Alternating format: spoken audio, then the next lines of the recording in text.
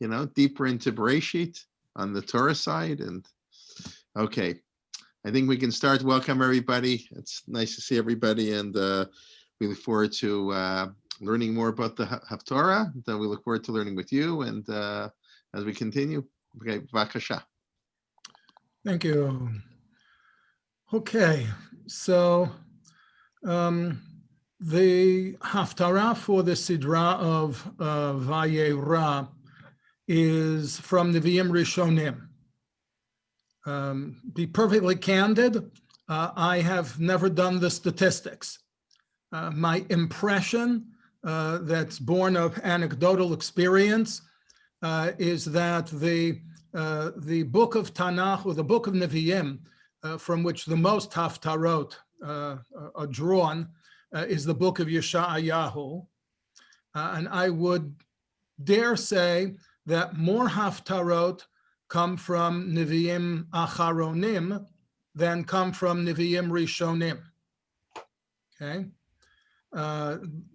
This week's Haftarah is one of the minority that come from the so-called early prophets. Hard really to tell why they were called early prophets and the others were called late prophets. It's true that Samuel was certainly one of the first prophets we know of by name, but considering that the books of Kings are part of Nevi'im Rishonim, they go all the way through until the destruction of the first temple. So basically, the book of Malachim outlives pretty much nearly all of the Nevi'im.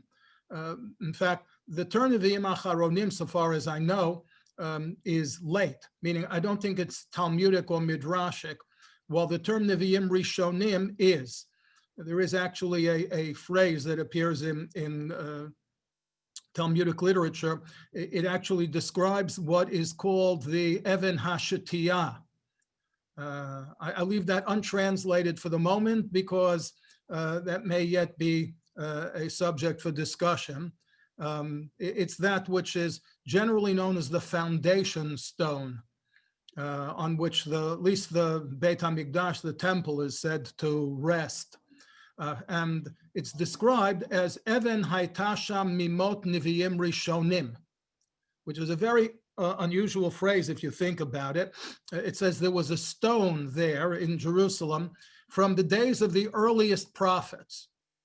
Now, generally, stones are there from the time that they were created. So it's very strange to have this phrase describing that foundation stone, or whatever kind of a stone it was, as something that was not there from creation, but was only there from the time of the earliest prophets, which may very well be a suggestion that it didn't originate there, for which there are two explanations. One is that it was the original rolling stone. Okay, that's a joke. And the other is that it was a meteor. And perhaps it was part of the collective memory that that meteor fell to earth during the time of the Nevi'im Rishonim. In any event, the Haftarah for the Sidra of Vayera comes from the 4th chapter of the 2nd book of Kings, Malachim Bet Perek Dalet, and it features the prophet Elisha. And I guess with that, we can go straight to the screen.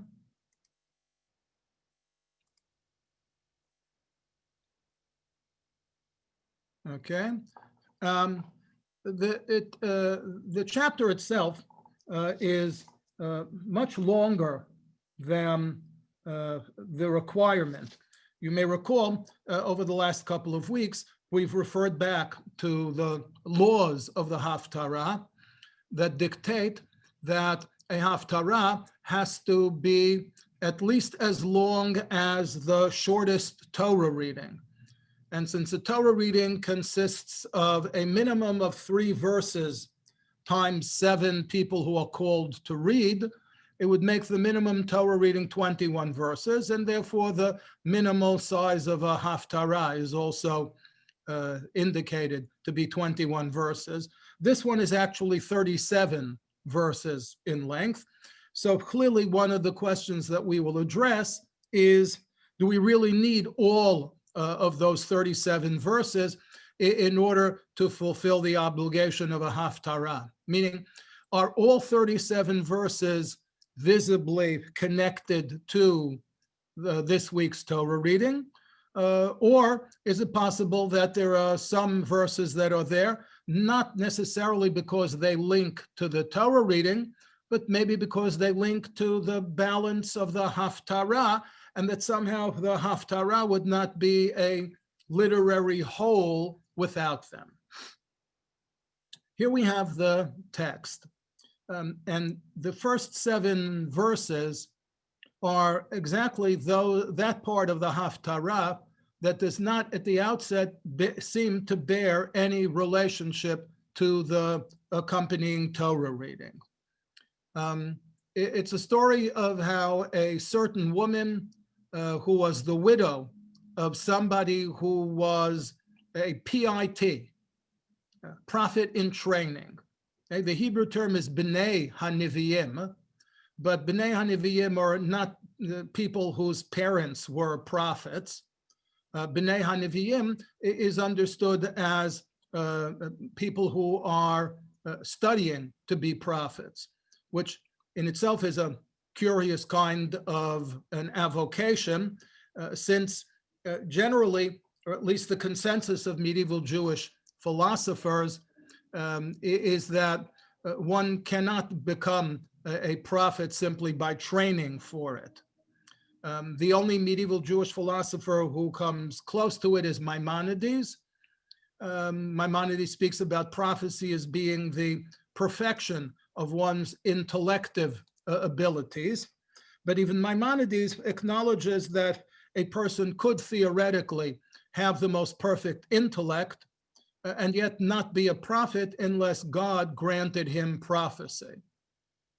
Okay, so just who these B'nai Nevi'im were is really difficult to tell. They appear here, they appear in just a couple of other places, again, mostly in the Nevi'im Rishonim, and really not enough information to make a clear identification. In any event, the widow of one of these B'nai Nevi'im, one of these prophets in training, approaches the prophet Elisha and shares with him a problem that she has. Okay, he says to her, and I've highlighted it in yellow there, ma e'eselach, and if I've highlighted it, then it's an indication that there's going to be something close to it later on in the Haftarah, and that I'm underlining it here as perhaps a suggestion that this is what links this possibly unnecessary part of the Haftarah to the balance of it. Okay, he says to her, "Ma e'eselach, what can I do for you?" And she says, "Problem is that I've got nothing with which to feed my family. In fact, the only thing that I have in my house is a pot of oil." And he tells her to go out and to borrow empty vessels from all of her neighbors.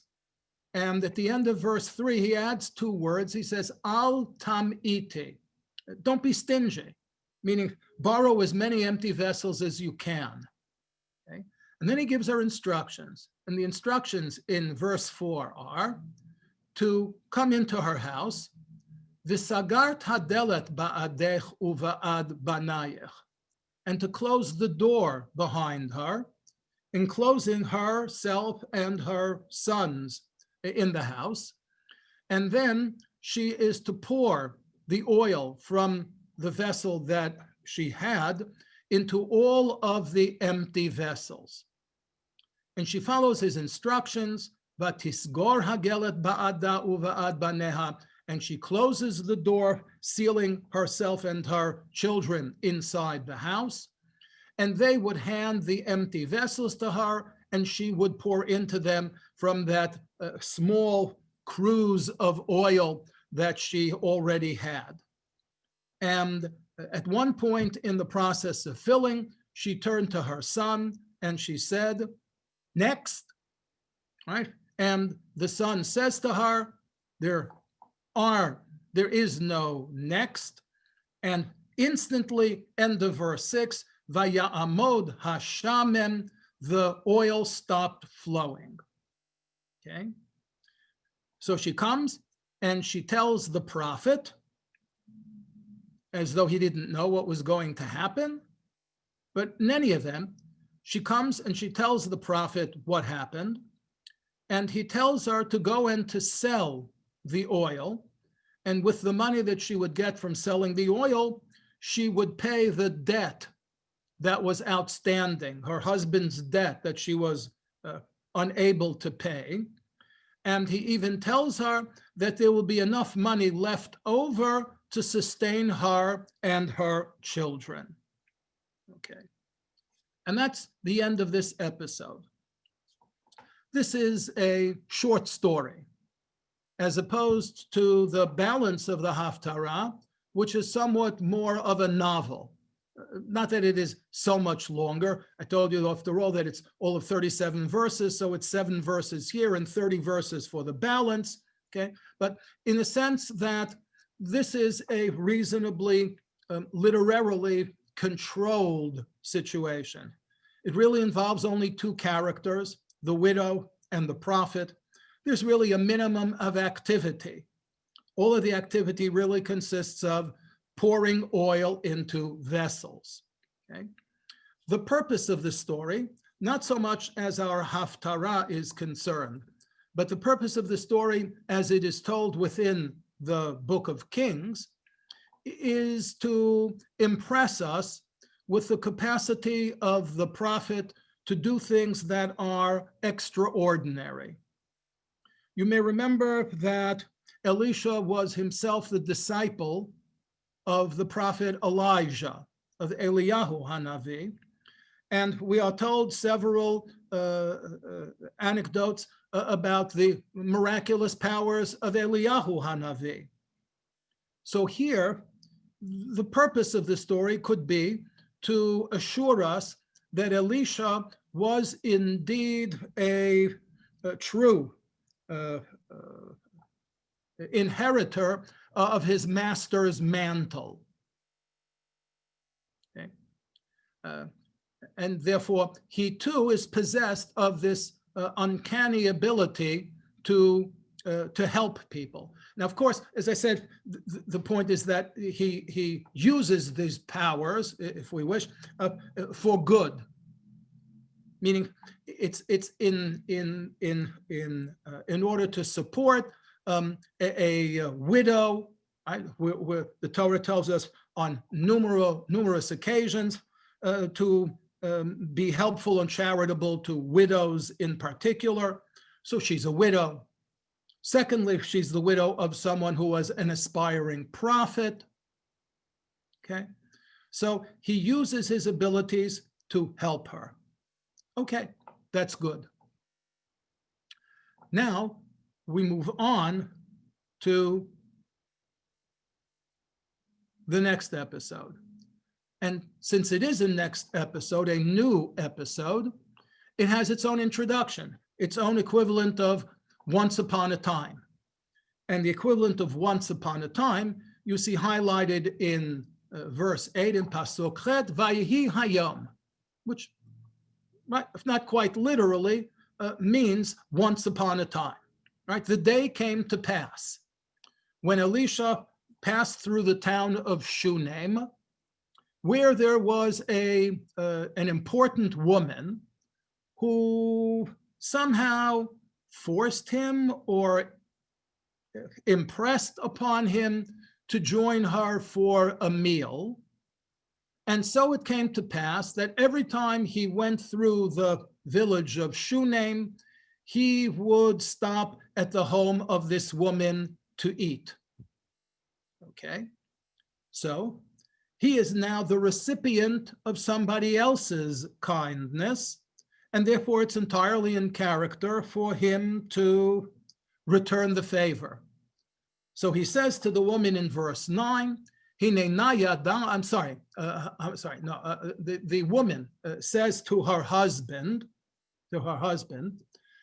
I know that the man who passes by and whom we feed is an Ish Elohim Kadosh, that he is a man of God, a holy man of God. Na'asena aliyat kir ktana. Let's set aside room for him in our attic, and there we will give him a bed and a table and a chair and a lamp. And every time he passes through town, Yasur Shama. Not only will we feed him, but we'll give him a place to sleep as well. Okay. So, once again, Vayihi Hayom. So, once upon a time, we now have the background, okay? So, on one of those subsequent occasions that Elisha was passing through the town of Shunem, Vayavo Shama, he arrived at the house of this woman. Vayasar el ha'aliyah vayishkav shama, he took advantage of their hospitality and he used their accommodations. And he felt obliged to them for it. So he said to his servant Gehazi, summon this Shunammite woman. And she comes and she presents herself before him. And he says to her in verse 13, Hine charadet elenu et kol hacharada hazot. Literally, you have trembled all of this trembling on our account, which is probably a highfalutin way of saying you have gone to all of these lengths on my behalf. Okay? Ma la'asot lach, what can I do for you in return? Hayesh ledaber lach el hamelech o el sar hatzava. Maybe you need somebody to intercede on your behalf with the king. Right? Maybe the king wants something from you and I can put in a good word. Or maybe one of your children is eligible for the draft and maybe I can put in a good word with the army on his behalf. And she declines. She declines his offer with a very interesting phrase. It's one that is used very often in subsequent Hebrew literature as an expression of humility. Betoch ami anochi yoshavet. Literally, I dwell amongst my own people. Or in other words, I'm nobody special. Right? I'm not deserving of your doing anything on my behalf. Right? I don't feel that I am entitled to it only because I have made accommodations for you. Okay. But Elisha is not satisfied. He still feels this obligation. So he turns to his servant and he says to his servant, Mala asot la, what do you think we can do on her behalf? And his servant answers, Aval bein ein la v'isha zaken. She is childless and her husband is old. Okay, first of all, let's ring the bell and say that we have found our link to this week's Torah reading. Clearly, whoever set up the Haftarot was looking for something that paralleled the story of the tidings that were given to Abraham and Sarah about the impending birth of Isaac. And just as Abraham describes himself as an old man who is long past the point at which he thought of himself capable of fathering a child, so it is that the husband of the Shunammite woman is described as a zaken, as someone who is elderly and again past the point at which he would expect to father a child. Unlike Sarah, whose age we know at that moment in time was 90, we do not know the age of the Shunammite woman, but we can assume that if her husband was elderly, then she was probably elderly as well. A second point to make here is that this is not the first time that the prophet Elisha is passing through the town of Shunem. It may be the first time that he's using the accommodations that were provided for him, but it's certainly not the first time that he joined the family for a meal. And yet, in spite of the fact that he has had prior acquaintance with the family, it would seem that he didn't know that the couple was childless, and that he needed this secretary, right, the Gehazi, simply to apprise him of something that you would expect him to know. So perhaps he was really an Ish Elohim in the sense that his head was always in the clouds, right? And even when he sat down to the table to eat, he probably couldn't even tell you what was on the menu. And therefore, it probably just simply was not something that he was aware of. Okay. So, in the next verse, he tells Gehazi to summon the woman, and she comes and she stands at the entrance to his room. And he says to her in verse 16, Lamoed hazeh ka'et chaya. At this time, or on this day of the calendar, in the next year of your life, at choveket bein, you will be able to embrace a child. Okay. Not clear whether Bain here is a child or whether Bain specifically is a son. We know from the continuation of the story that it turns out to be a son, okay? But whether Elisha was making her a general promise that she would bear a child, or whether he was making her a very specific promise that it would be a son, nowhere really to tell just from the small amount of text that's devoted to it. And here too, her reaction is reminiscent of something that was reported in this week's Torah reading. She says to him, and it's underlined in red, Al techazev b'shivchatecha. Now, it's not quite saying, don't lie to me, because the ordinary Hebrew word for a lie is sheker. She doesn't say to him, Al teshaker, don't tell a lie. She uses the word kazav, which is more like to prevaricate, meaning she's saying to him, don't put me on, right? Don't pull my leg. Don't, this is not a joking matter, okay? And you see underlined in red a few lines below it, the similar reaction that's reported apropos of Abraham receiving the news that Sarah would bear a child. Vatitzchak Sarah b'kirba lemor. Sarah too took this as a matter of jest, saying, Acharev loti hayta li edna. Am I once again going to become pregnant? Vadoni zakein. It's not going to happen. Okay. And yet, verse 17, Vatar haisha, she conceives, Vateled bein, and she bore a child, and guess what? It was Lamoed hazeh ka'et chaya asher diber eleha Elisha. Whatever the sequence of time was that Elisha promised her, whether he's saying on this day in a year or whether he was saying 9 months to the day, can't tell with that degree of specificity, but whatever it was that he promised to her, it came to pass, and she bore a child exactly as it was foretold by the prophet.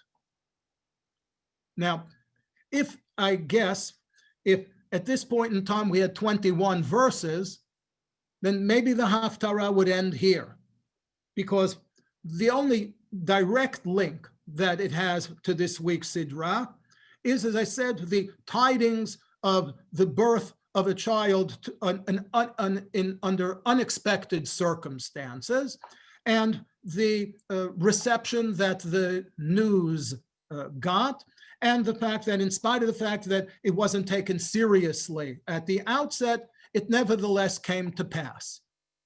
But we continue. But before we continue, a word about births in unexpected circumstances. So here I made a quick list of women and children where the birth of these children were under unexpected circumstances.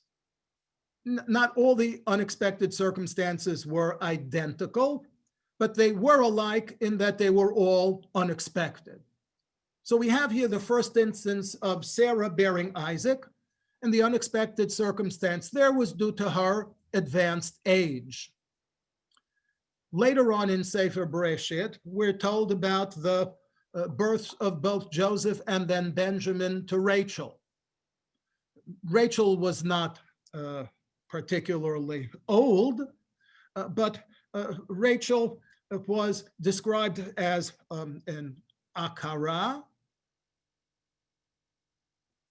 meaning that in contrast to her sister Leah, who was fertile, she was considered infertile, and therefore the births of Joseph and Benjamin, while not necessarily miraculous, right?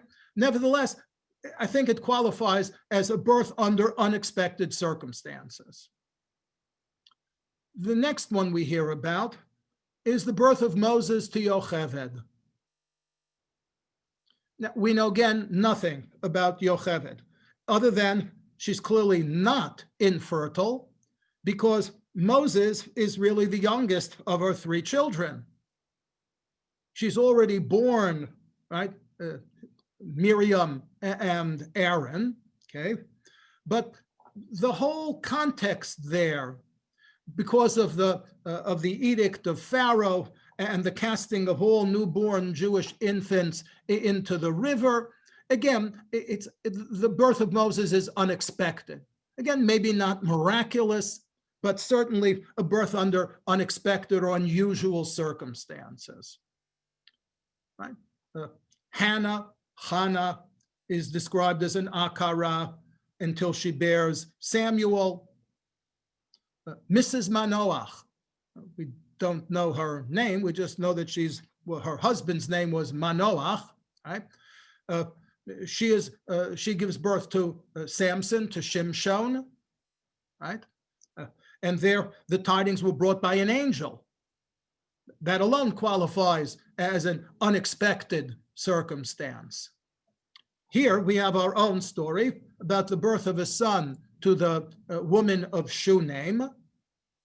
And only because I thought that if I didn't put it in there, somebody might say I missed it, I put in the birth of Emmanuel to the young woman of Isaiah 7:14. The famous verse, Hine ha'alma hara v'yalada vein, that a young woman will conceive and give birth to a child, the one, of course, that was taken by Christians in a very faulty translation to be not just a young woman, but particularly a virgin. Okay, and then you can see this one that I blacked out. I thought it worked well last week, so I try it again now. The one that I blacked out is the one that is described in the text below it. Okay, of this person, it is said, my high priestess mother conceived me, in secret she bore me. She set me in a basket of rushes, with bitumen she sealed my lid. She cast me into the river which rose over me. Who's that? Now, you're probably thinking, wait a second, it's clearly Moses, right? Moses' mother bore him in secret, and then when she could no longer keep him at home, she put him in a basket of rushes, she sealed it with bitumen, she placed it in the river, right? It's all there, except that I already have Moses down on the list. Now, would I be so crass as to try to trick you by putting Moses in twice? Certainly not. So in spite of the fact that this looks every bit like Moses, it isn't. And here's the interesting part, as soon as I get rid of this and tell you what it is. So let me first get rid of the rest of the text here.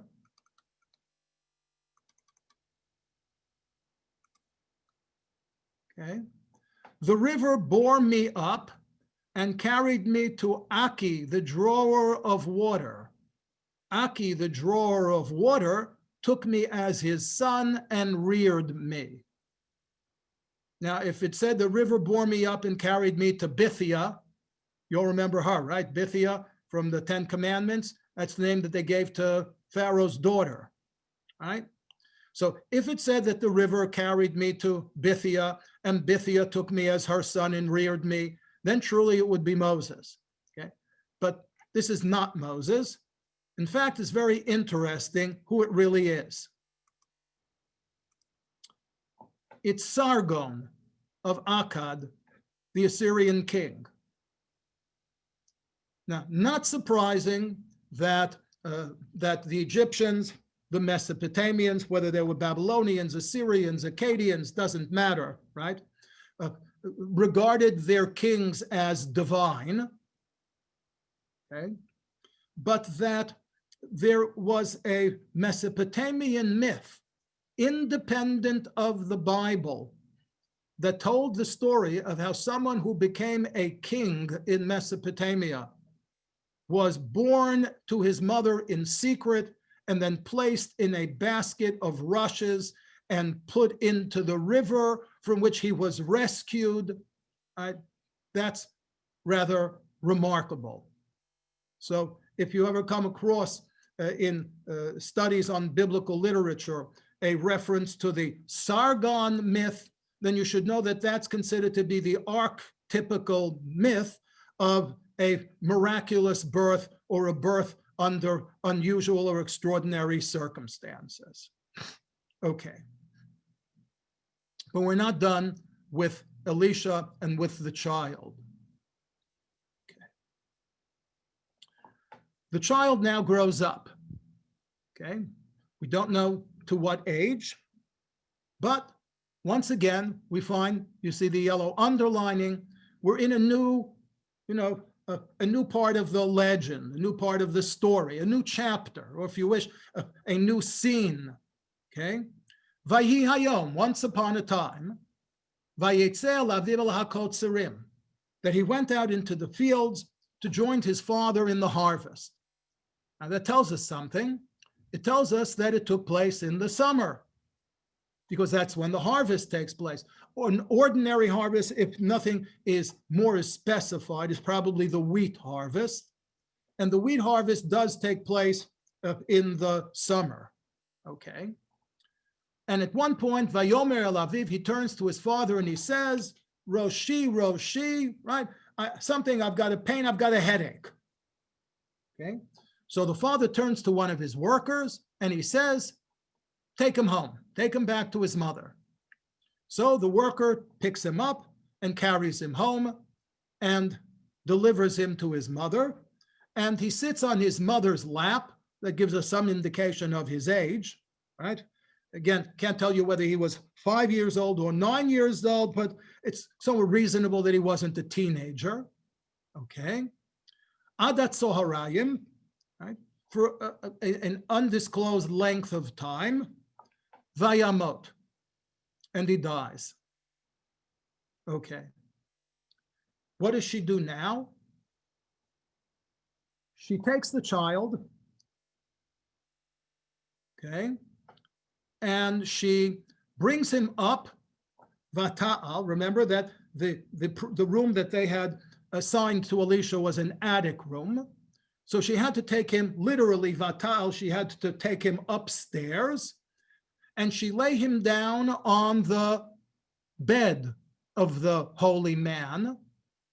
And now you see why I had this phrase underlined 3 times in the story of the cruise of oil, because that may very well be what links that episode to this one.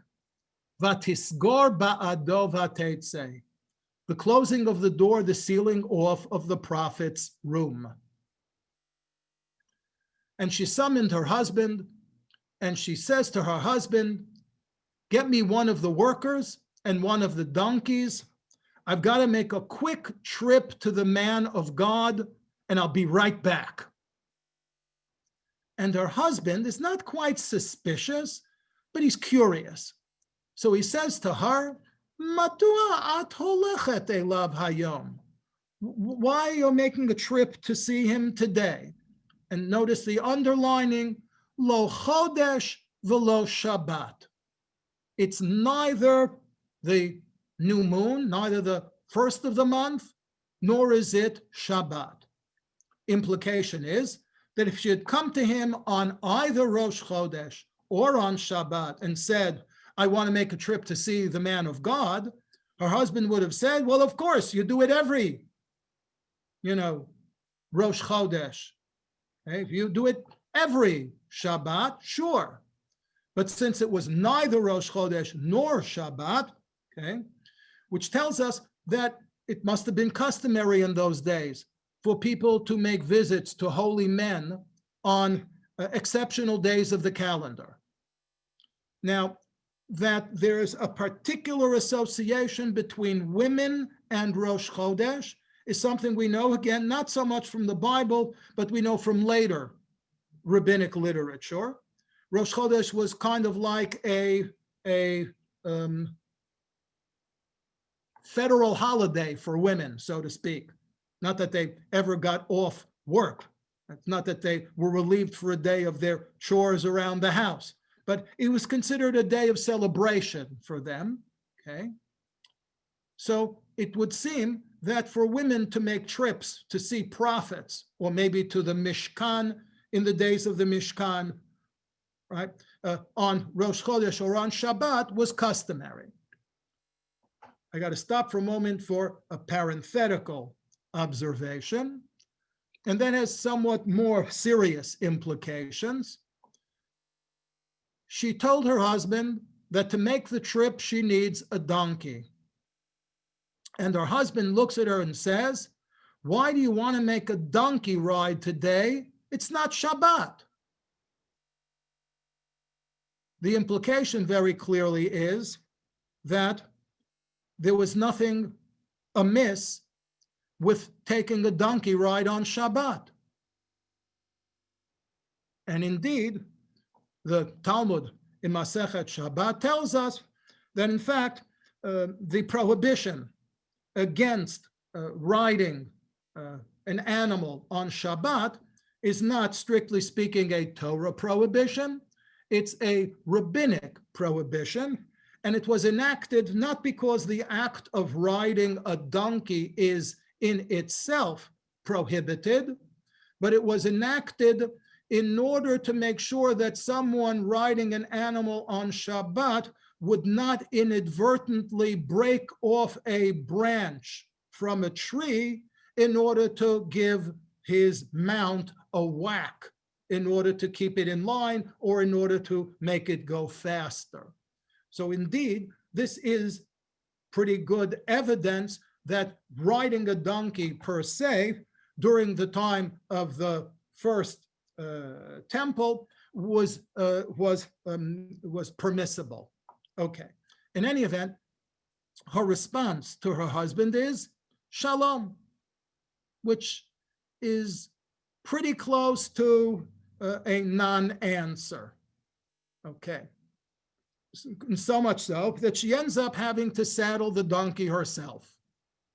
So she saddles up the donkey, and she tells the worker, right, not to get in her way, okay, just to simply accompany her.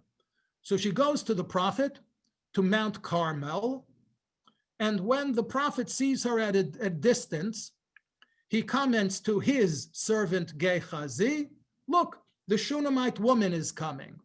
Why don't you run out to greet her, right? And ask her, Hashalom, is everything okay? Hashalom li'ishech, is your husband okay? Hashalom la'yeled, is your son okay? Again, if she had been coming to him on Rosh Chodesh or on Shabbat, he might not have sent Gehazi out to greet her, and he might not have instructed him to raise all of these questions because he would have understood that this was an ordinary trip.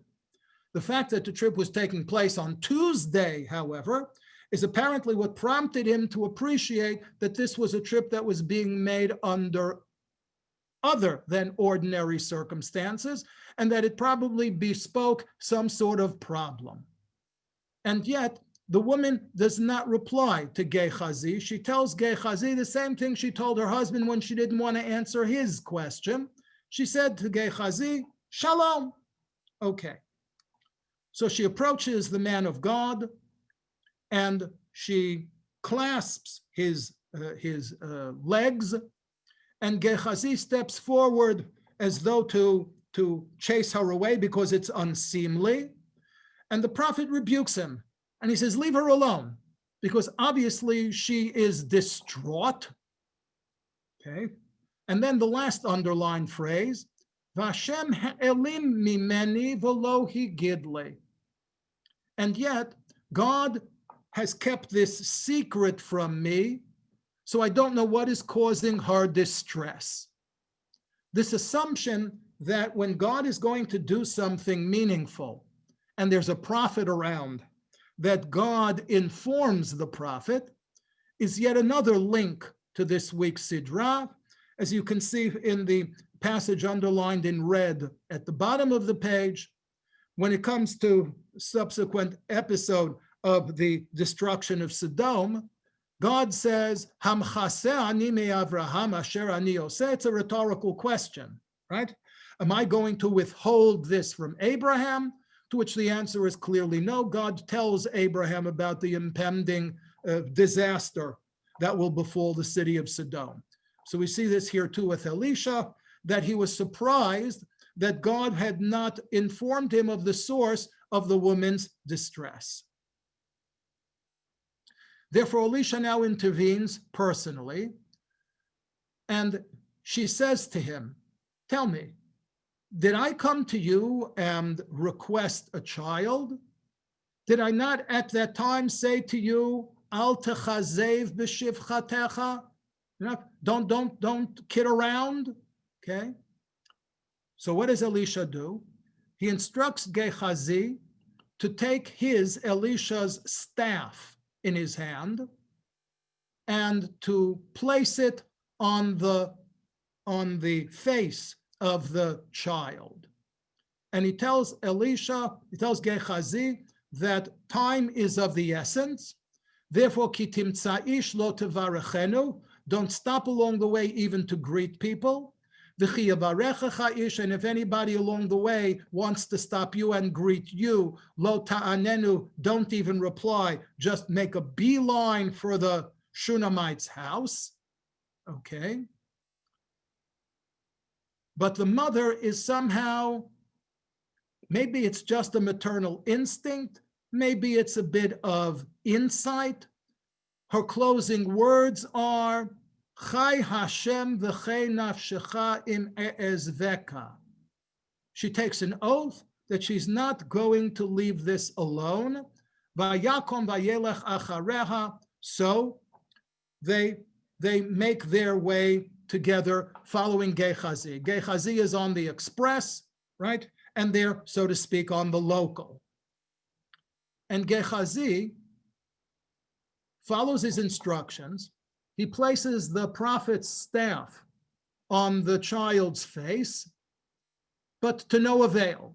Ein kol, the child isn't speaking. Ein kashev, there's no response. Vayashov likrato, so he returns to the prophet. Vayaged lo lemor, and he says, I did my best. Lo hekitzanar, the child did not revive. Okay. Interesting question. If he followed the prophet's instructions and the prophet clearly thought that that was all that was required to revive the child, and then if the child was not revived nevertheless, then clearly the prophet made a mistake. And the prophet thought that he could somehow second Gehazi to perform this on his behalf. And then he appreciated that clearly it was only going to work for him. So Elisha comes to the house, and the child is still dead, lying on his bed. And once again, we get the closing of the door. So he closes the door so that only he and the child remain in the room. And here's the key, perhaps, to the whole story, Vayitpalel el Hashem. Maybe he thought that it was implicit in his instructions to Gehazi that before Gehazi were to place the staff on the child's face, that he too should recite a prayer. And maybe if Gehazi had recited a prayer, maybe he would have been successful in reviving the child. I don't know. But it's clear that we're given to understand that it's not the personal ability of the prophet that was able to revive the child, but it was the fact that this was God's response to his prayer. So then, having prayed, he gets onto the bed and he places his mouth on the child's mouth and his eyes on the child's eyes and his palms on the child's palms. And vayigahar alav, and he, as it were, stretched out. Vayizorer hana'ar ad sheva pe'amim, and the vayifkach hana'ar et einav, and the child's flesh warmed up, and he opened his eyes. And he summoned Gehazi, and he told Gehazi to summon the Shunammite woman. Now again, why didn't he just call the mother in himself? Why did he have Gehazi do it? Probably because all along he hasn't spoken to the woman directly. He's always used Gehazi as an interlocutor when speaking to the woman. And he tells her, Si'i v'nech, right? Here's your child, restored, you can take him back. Vatavo, so she comes, vatipol al raglav, and she again falls at the prophet's feet, and she prostrates herself on the ground, and then she lifts up her child, and she leaves the room, and this is where the Haftarah ends. Now, part of the purpose, which we are told these little maisalach, right? If it were told about a Hasidic Rebbe, right, we'd call it a maisel, right? And if we really didn't believe it, then it would be a particular kind of a maisa. It would be a grandmotherly maisa, right? It would be a bubba maisa. But it's an Ish Elohim, it's a prophet, but nevertheless, it's a legend, okay? And as I mentioned at the outset, part of the purpose for which these legends are shared with us are to tell us that Elisha was truly a worthy disciple of his master Elijah. And indeed, just in summary of that point, when Elijah was about to part company from Elisha, he granted his disciple a wish. Tell me, he asked Elisha, what can I do for you before I am taken from you? To which Elisha replied, let a double portion of your spirit, pishnayim beruchacha, pass on to me. And if we are not inclined to view this as an act of hubris, it most likely signified that Elisha regarded himself as being only half the man of God that Elijah was, and therefore he would need twice his master's spirit in order to accomplish just as much. And here in our story, we find Elisha reprising some of Elijah's activities. When we were first introduced to the prophet Elijah, he performed the miracle to provide food for a woman of the town of Tzarfat. Tzarfat is not France here, Tzarfat is a Phoenician city. In the words of his prophetic message there, the jar of flour shall not give out, the jug of oil shall not fail, until the day on which the Lord sends rain upon the ground. And here again in our chapter, we find Elisha miraculously providing sustenance for the widow of a prophet in training. And once again, there's a jar of oil involved. Even more striking, perhaps, is Elisha's duplication of Elijah's successful resuscitation of an apparently dead child. Elijah brought back to life the son of the woman of Tzarfat, after he had no breath left in him. The word vayamot is not used there as it is here. It simply says lo notra bo neshama. He wasn't breathing. And in our chapter, Elisha breathed life back into the son of the Shunammite woman, and the boy opened his eyes, vayivkach et einav. It's significant that in each of the two cases cited here, the prophet first uttered a prayer to God before actually performing artificial respiration. Indeed, the failure of Gehazi, Elisha's servant, to succeed in his attempt to revive the child would argue, as I mentioned just a moment ago, that more was involved here than just the exercise of CPR.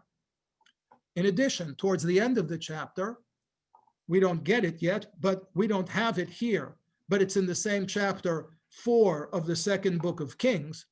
Elisha rescued a stew, a nazid, from poisonous gourds, probably poisonous mushrooms that had been mixed into it, by mixing in flour, that being reminiscent to an extent of Moses saving the bitter waters of Marah by tossing a branch into it, and then replicated his earlier miracle by enabling a small amount of food to feed 100 people. And when they had eaten, they even had some left over.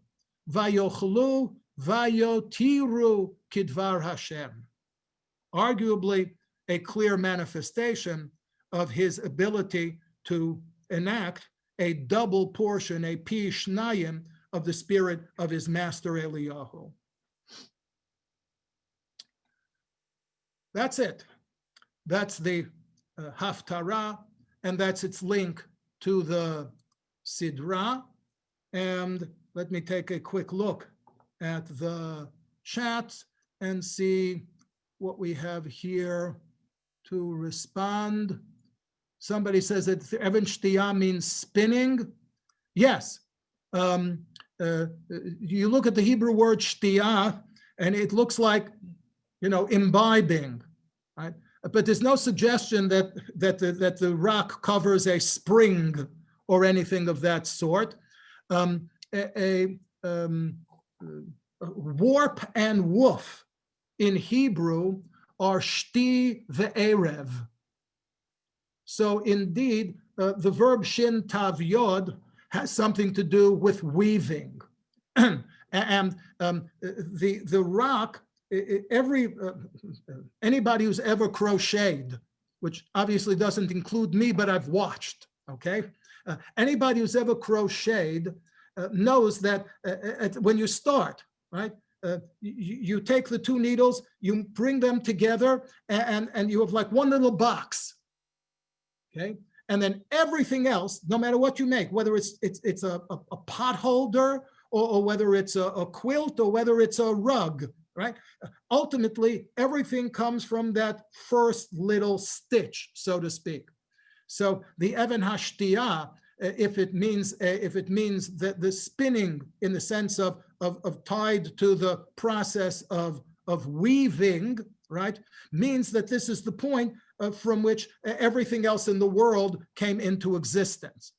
That's an idea that's found in classical literature as well. There, they don't use the image of the spinning wheel. They use the image of the umbilicus. Okay. All right. Okay. Yes, that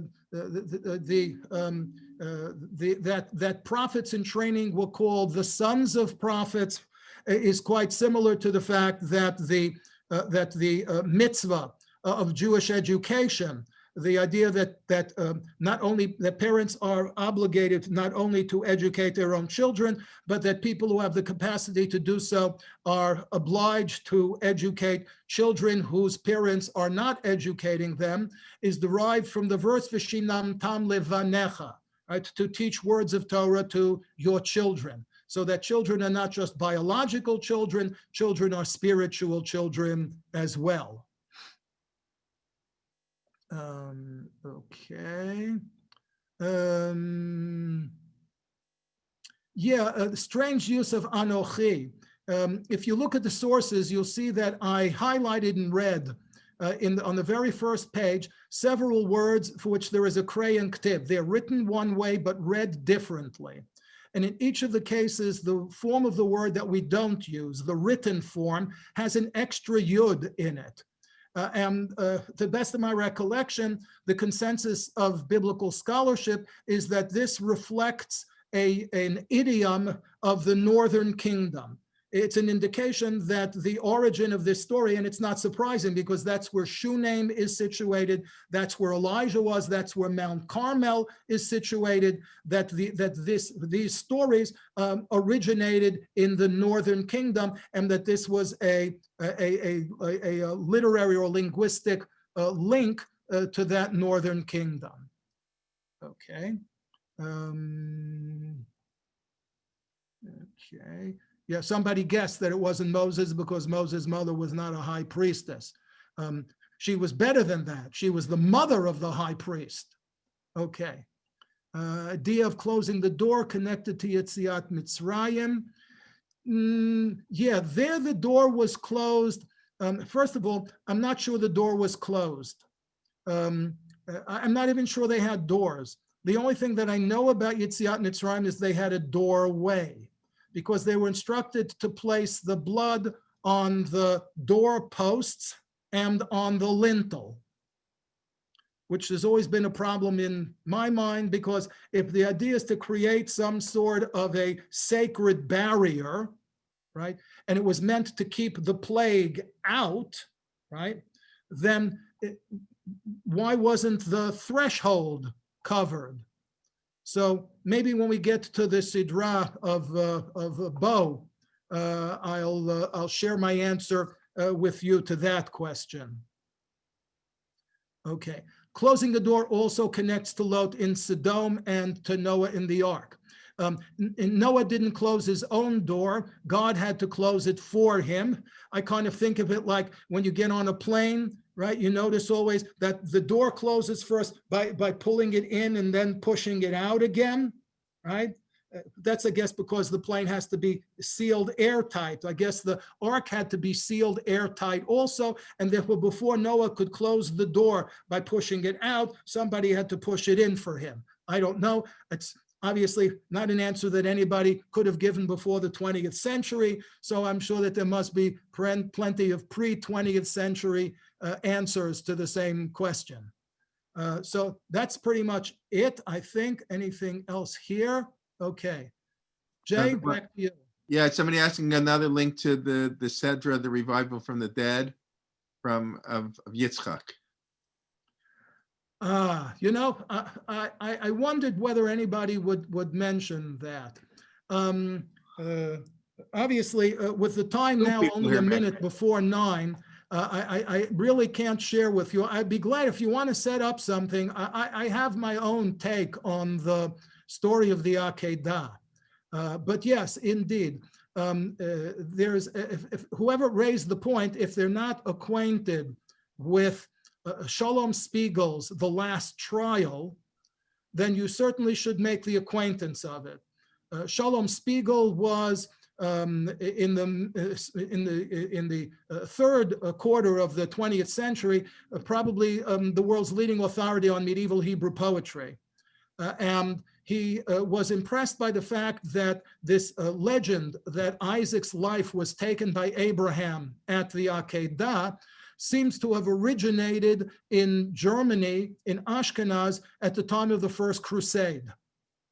So basically the theme of the book is to trace it back to piyutim, to liturgical poems of the 11th and 12th century, and to make the argument that at a time that Jews were martyring themselves and martyring their families in order not to fall into the hands of the Crusaders, somebody got the idea, hey, maybe that's what happened to Isaac as well, and therefore you get this theme that runs through liturgical poetry. We see it as well in the liturgical poems that we recite on the High Holy Days, this idea that somehow not only was Abraham prepared to sacrifice his son, but that somehow he actually did, and that God then had to resurrect Isaac. But that's really just the nutshell. Again, the source for it is in Shalom Spiegel's The Last Trial, but there is now a brand new book by Aaron Kohler, just published last month by the Jewish Publication Society. I don't remember the title, but it's all about Akedat Yitzchak in Jewish, Christian, and Muslim traditions. So if you're interested in that, there you've got a bibliography. The last issue of Tradition, which I just got in the mail the other day. I haven't read the review yet, but I've heard good things about the book. And Aaron Kohler will be giving our Parsha Shir in a couple of weeks. I don't remember which week, but he will be giving it soon. Tomorrow night, Wendy Amsalem will be giving our Parsha Shir at 8:30. It's a nice segue here. And then and tomorrow morning, 11 a.m., Shuli Michigan will be giving the third of her series on archaeology in the land of Israel, archaeology and Tanakh in the land of Israel. So tomorrow, 11 and 8:30. Everybody be well. Thank you, Dr. Sokolow, for that. We look forward to seeing pleasure as always. You next week, and we look forward to seeing everybody even sooner than next week. And invite your friends. And on behalf of Torah Moshe, I want to wish everybody Laila Tov, and maybe by the time we wake up in the morning, we'll know who's going to live on 1600 Pennsylvania Avenue. I think that's the address. No, is that okay? That's the address. That's the address. It depends whose address, but okay. Anyways, everybody be well, and we look forward to learning with you and seeing you. Thank you. Bye-bye.